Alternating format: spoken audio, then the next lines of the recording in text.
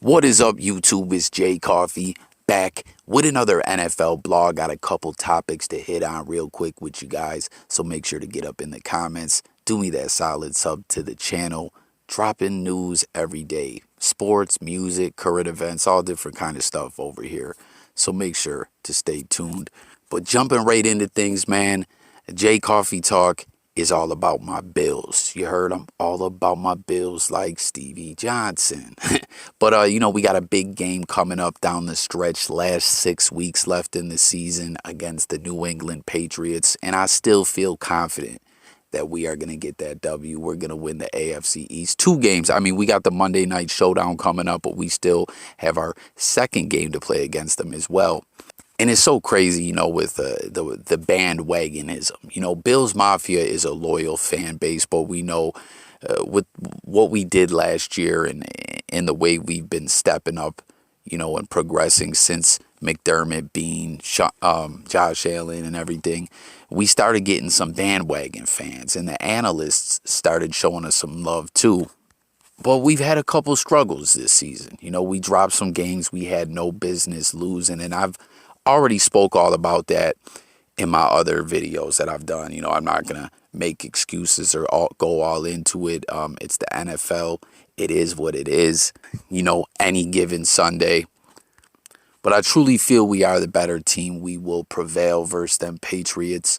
We're going to end that win streak. But part of all this is, the analysts were jocking us, and even leading into the season and early on in the season, Josh Allen was the, MVP everyone was talking about. And through the few struggles we have had, there's been this narrative that Josh Allen has fell off. He's a bust. He's a buster. He's not who we thought he was and all this. And shout out to Sal Capaccio, a big member in Bills Twitter in the, covering the Bills in the media world and whatnot, threw up this graphic with these accurate numbers of Josh Allen's numbers in 2020 up to this point, 11 games in this season.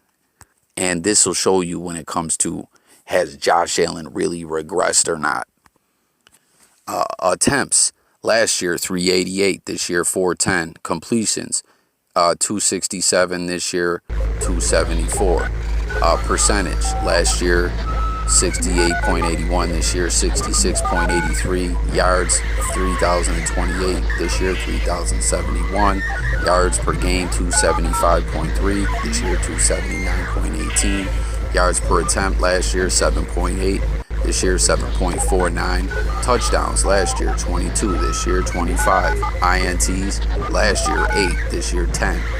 If you're not catching, numbers are pretty much the same. I mean, they are a little lower in certain categories or higher in other ones, Touchdown percent last year 5.7, this year 6.1%.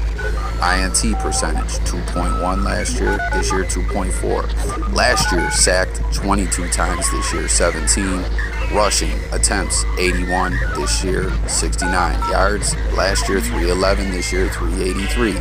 Yards per attempt 3.84. 5.55 this year. Rushing TDs last year 6, this year 3. Total offense yards per game 303.55 last year, this year 314. TDs 28. So, like I said, has Josh Allen regressed? Does it really seem that way? I don't believe so. You know what I mean? Numbers don't lie, but like I said, they always don't tell the whole story. You know what I mean?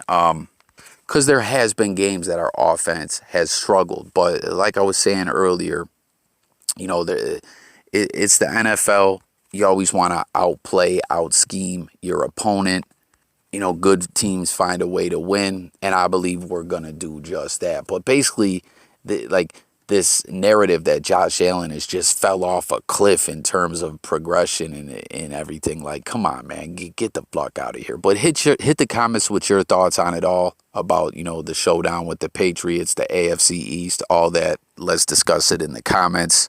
Moving along, this was a very interesting stat that caught my eye regarding Derrick Henry, who, come on, guys, we know the Titans are missing him like crazy. The Bills-Titans game came down to the wire. Derrick Henry was all over the place. What he's done since he's been in the league is amazing. in the short time that in the way he already marching up that all-time rushing list, it's something else, But they're coming off a loss to the Patriots. Just a tough break, the Titans based their whole offense around Derrick Henry in a sense, like they're just not the same team without him. I mean, not that any team would be, but they're really not. But anyways, look at these numbers in most yards on the season. Jonathan Taylor, 1205. Henry's been out 4 games and is still number 2 with 937. Isn't that crazy? Still coming in at second, missing 4 games. This guy is something special.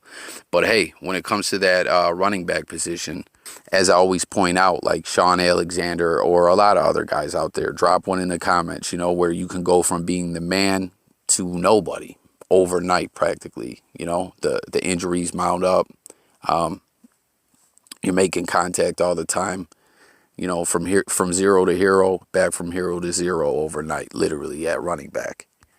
And then last up, Jake Fromm. You guys may remember him. He went to Georgia in college. My Bills drafted him. He had a little bit of controversy for some things that he said. We're not going to jump back into that. But, he's been inactive his whole time with the Bills, and he's been on our practice squad this season. In preseason, he showed some sparks of greatness. I mean, it's preseason. It is what it is. But ultimately, he ended up on the practice squad. And some interesting news, the New York Giants have signed him off of the Bills practice squad. So let me know what you guys take from this. Do you guys think he could end up on the active roster? I forget the exact rules when it comes to practice squad. I believe Lonnie, shout out Lonnie, a loyal subscriber, member of Team Coffee, was saying you got to be on the practice squad for like 4 weeks before you could be activated to the active 53-man roster. I don't know. Is that like after you sign them? I don't know how it works, but I just thought this was interesting that the Giants snatched up Jake Fromm. But that's going to conclude the news, guys. But Daniel Jones is just not the answer in New York at all by any means. But that concludes the video. Thank you guys for watching. Can't wait to talk with you guys in the comments. Stay tuned. We'll probably have a live stream tonight. I'm out of here. Peace.